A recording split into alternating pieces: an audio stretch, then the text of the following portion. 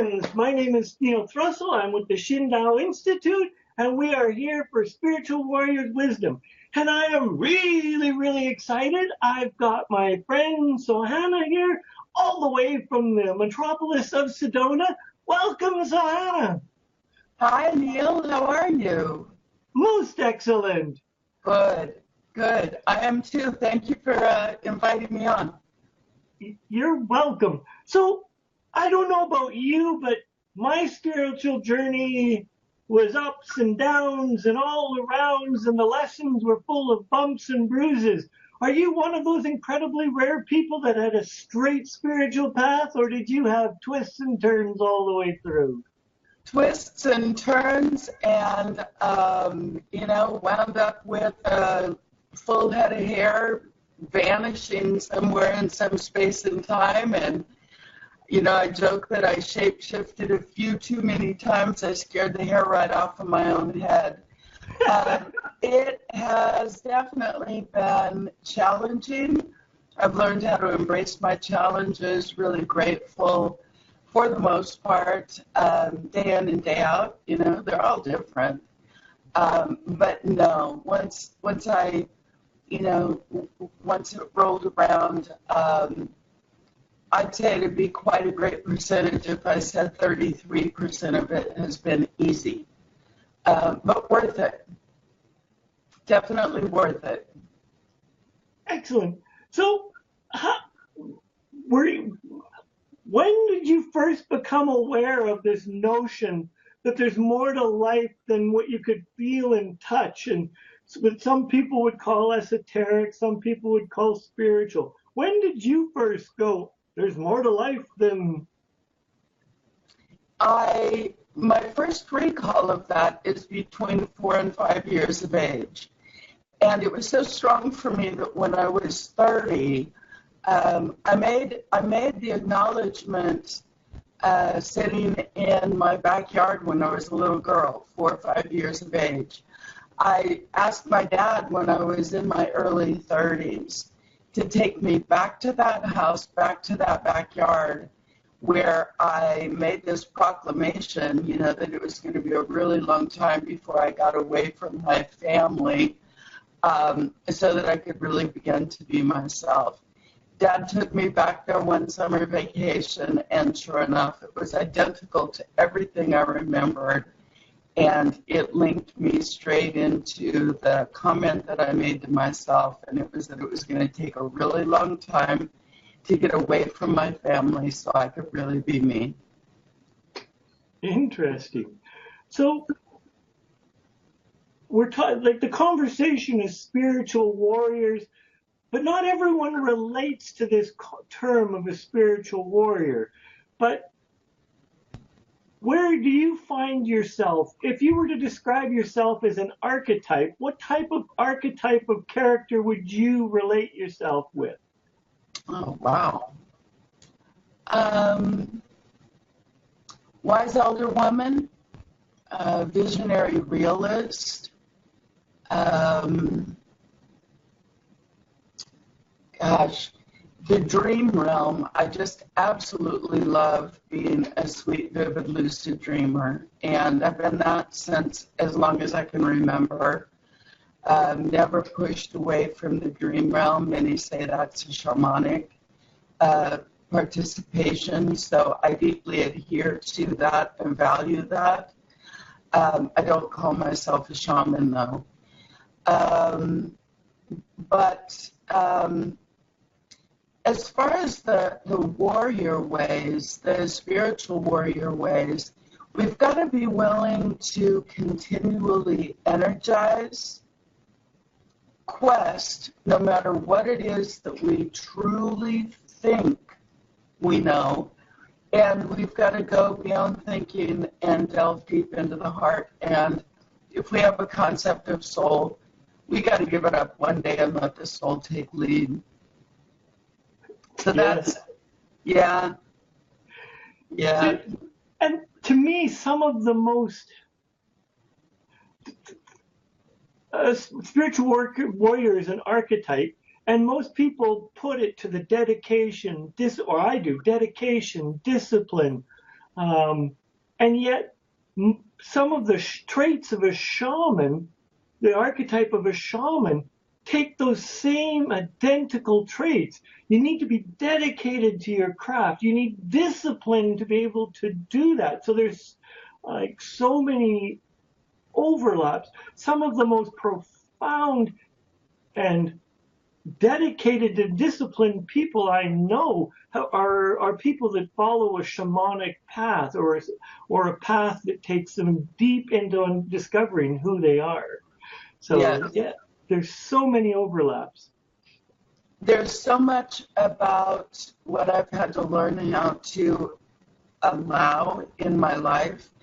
And one of the things that, just seems so tedious and so tiring to many is that I am on quest for the highest good from what I say sunrise to sunrise. It's nonstop. I'm at it from one sunrise all the way through what I say, vertical, upright, horizontal sleeping, so-called sleeping. And I wake up and do it again. And so I'm in it, Gregorian clock on the wall, 24 hours a day. I joke and I say, I'm not depressed. I can't wait to go to sleep and have dreams. The dream realm is the mystery realm, but there's so much truth in it. It's potentially my greatest, I say that slumber is my escape and dreaming is my sanity. I'd much rather be asleep dreaming the scariest dream sometimes than be awake facing the sweetest experience in the waking world. So, yeah, my devotion is sunrise to sunrise. My house is set up for my practices. My days are set up for my practices, my garments, I know that's really kind of over the top, but it's my life, it's who I am, it's what I love. And devotion really makes it easier. Yes. It makes it easier. It doesn't fragment things.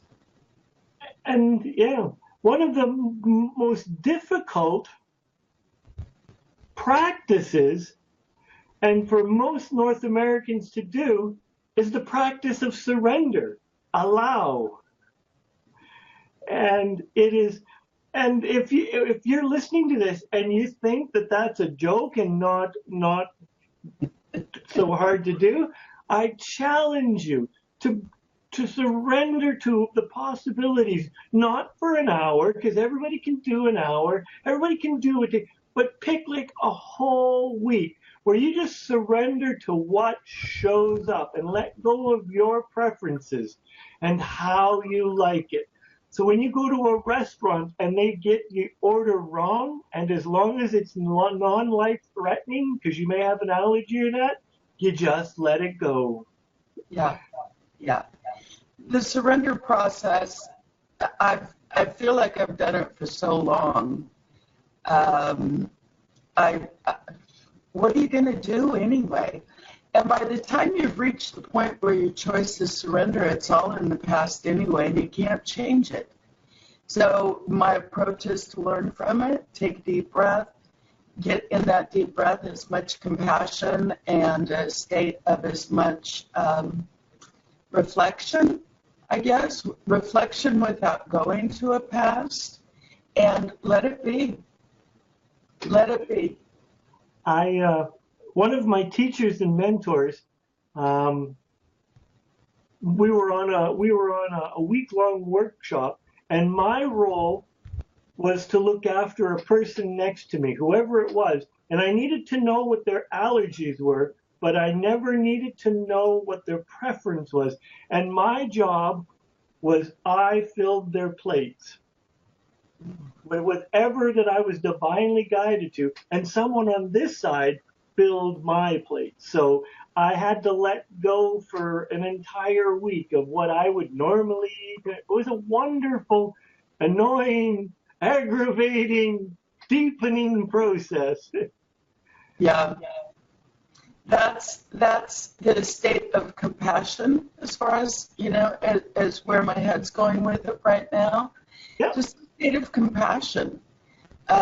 Compassion, there are so many things that are foreign to people, and it's because our world is packed with so much busyness or potential for, oh, forget about it. Well, we forget about it, but then we pine away at the outcome. Yes.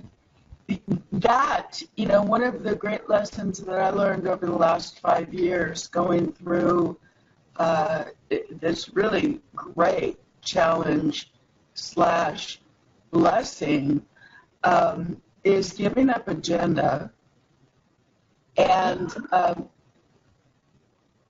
You can't give up an agenda. agenda. I plan every day, and I kind of plan not to plan anymore. Yeah. And one of the great changes that's happened through, I think I slipped away from your question, one of the great things that I've come to recognize is change is so consistent anyway. I'm almost an addict for it now. If change isn't happening, I used to get really restless when change would come along. Now if change doesn't come along, I get really restless. So maybe I reverse engineered the process, but I really like change. I really like change. I embrace it. It's like, come on, it's been a long time since we've had a good change. It's been like 4 minutes. Yep. So change is something, I would recommend that people learn how to acknowledge that when we're resisting change, all we're really existing is our sweetness and our own freedom in our life.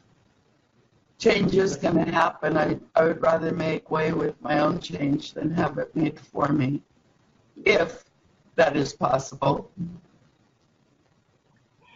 Yeah, change is inevitable, and it's how many times do we want hit with the spiritual 2x4 to our back of our head before we're willing to acknowledge that we need to change? And to some degree, we all claim, or I do, that I will learn when it's the light tap, but sometimes it takes a really good whack to the back of the noggin. Well, you can see what the whack to the back of the noggin did to me. The thing that is coming forward for me is the issue that so many people have with trust. Yes. Trust of self. And my feelings around that, that go to thought, are we're in a world where trusting others, trusting situations is almost forced on us. And we're in a society that lacks trustworthiness, and we're with a lot of people who don't trust themselves. So when we're supposed to trust and we're sensitive, intuitive beings, and we feel that other people don't even trust themselves, it just creates this giant, confusion and contradictory state, and none of us are trusting, therefore how can we trust change? It's so well put, yes. So we're approximately halfway through our interview today, and if somebody who's listening wanted to get a hold of you to learn more about you and more about the teachings that you're following and the teachings that you're teaching, how would someone go about getting a hold of you? What is your best method for them, or your preferred way for people to get a hold of you? My preferred way is that people call me. If they can't knock on my door or meet me at a place for a cup of tea, I really enjoy it when people call me because, we're supposed to talk like you and I are right now. If I don't text, I think that texting is one of the most impersonal, ridiculous things, and I'm this healing master. I use my hands all the time. My little healing paws are not made for texting on those little buttons. My contact information other than that is always email. Phone number, USA 1-805-760-8399. Area code 805-760-8399. Website www.iamsohanna.com. And email is honoringspirit@yahoo.com. Those are my preferences. Thank you. Yeah, thank you, Neil. So early on in life, when you look back at your life, what is some of the big lessons, or maybe one of them, that you stumbled upon at an early age that just keeps you on track today? Hypocrisy. I couldn't stand hypocrisy. So you don't want to be a politician? I don't even like to talk about politics. People say now that, just a little sidebar will do politics. I get my friends say to me, you've got your head in the sand. No, I've got my heart in the process. I don't go to politics here in the United States right now because I'd want to get a squirt gun, fill it with vinegar, and go out and spray people. Hypocrisy was really difficult for me. And setting loved ones up for challenges, going to competition, and seeing loved ones within my family, competition set up between me and my siblings. And by the time we get to the end of the competition, the rules would have changed. Things like that, they never settled well with me. And so when I felt those things, I formed a great deal of my life around it and never wanted to be a hypocrite, never wanted to compete against anyone, not even really myself, because it really set things up for greater dissatisfaction than just trying to get on a path anyway. Early on for me, were the typical challenges that many of us go through in family dysfunction and sibling rivalry. I was a baby by 6, 8, and 10 years to my older siblings. So they were pretty established by the time I came along and ruined everything for them just by showing up. I didn't realize I'd just shown up to ruin things for people that I wanted to be friends with. There's a lot, Neil. There's a lot. But early on, definitely, recognizing I was highly intuitive, highly sensitive. That doesn't go well in middle school or high school. I was really unique and different, always. I think everyone in my life that I've met has said, wow, you're really different. And before I knew that I was really different, I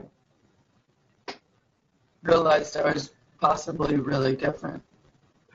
So, Eddie, you said that you've been really different, but how? The gift, I believe that there's always a gift in that. So how has that been a gift to you in your life? That you were different? Well, it gave me the strength to be radically different now. Sure, some complacency was in there when it really set in. But again, it gave me an autonomy, or perhaps it introduced me to the idea of becoming sovereign, a loner, but embracing that potential, not, doing the boo-hoo, sit in the corner and feel sorry for myself thing. I'm probably a professional loner, and it doesn't make me sad. You know, most people say, are you okay? I'm okay. So what feeds your soul? What drives you to do whatever it is that you do? What lights your life? Supporting others. I know that sounds sappy. I recently did some journal work, and the journal work was around where is my happiness. And my happiness is seeing the light come on in other people, seeing other people's lives change for what it is that they really want. Being an escort to someone else when they face their healing. I'm not their healer. I recognized years ago I'm only a healer when I heal myself. But through that, I can be a catalyst for others. But yeah, I love to help people. I love to teach. But really, really seeing other people come on inside of their own values, deep values. Sweet. Thank you. So from a spiritual warrior archetype,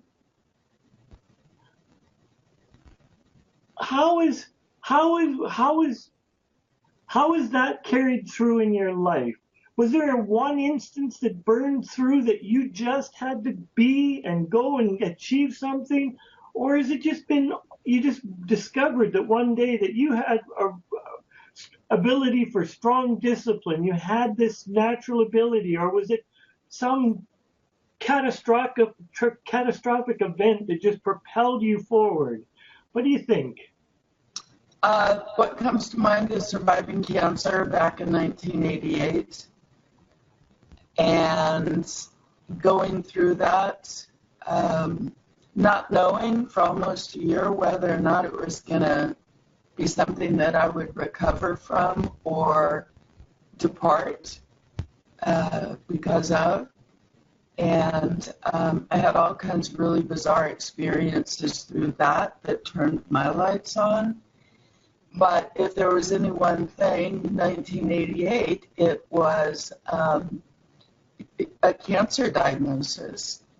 And I obviously made it through that.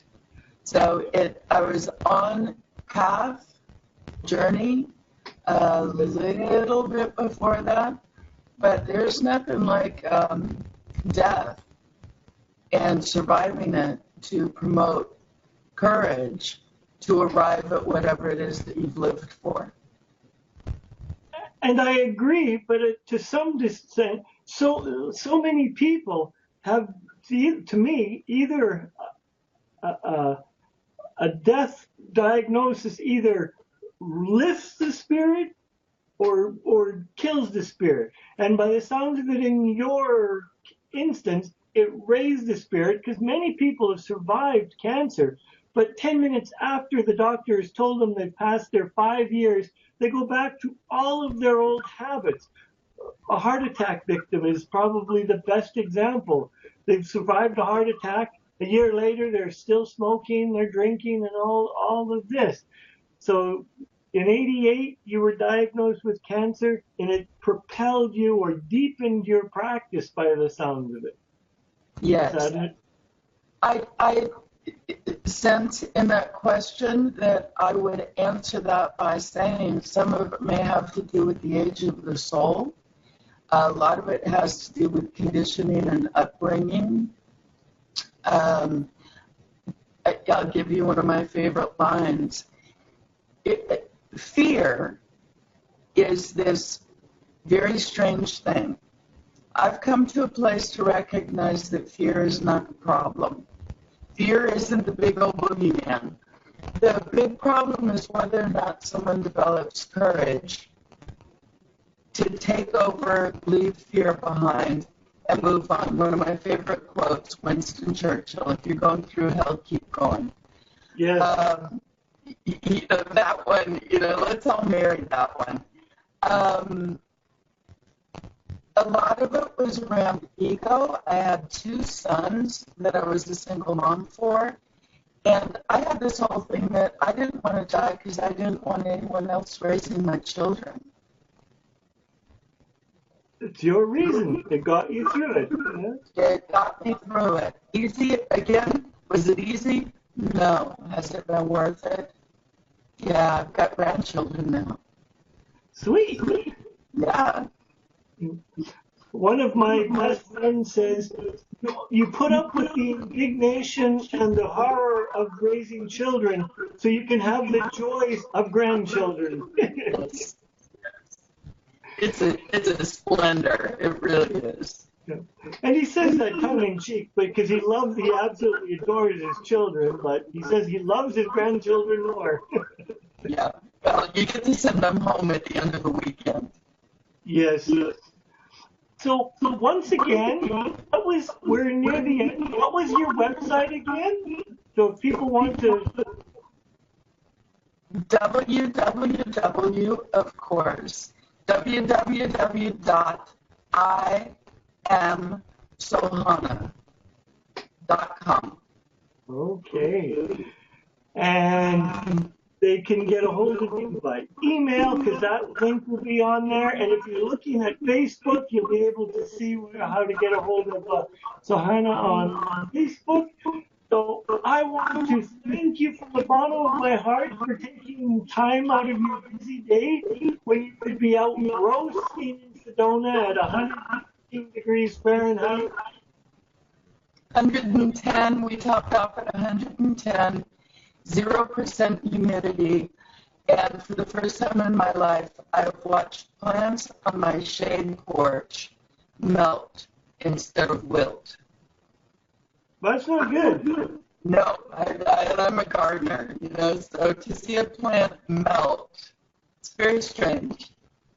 Yeah. That's not so good. So thank you for being part of the Spiritual Warrior's Wisdom. Thank you.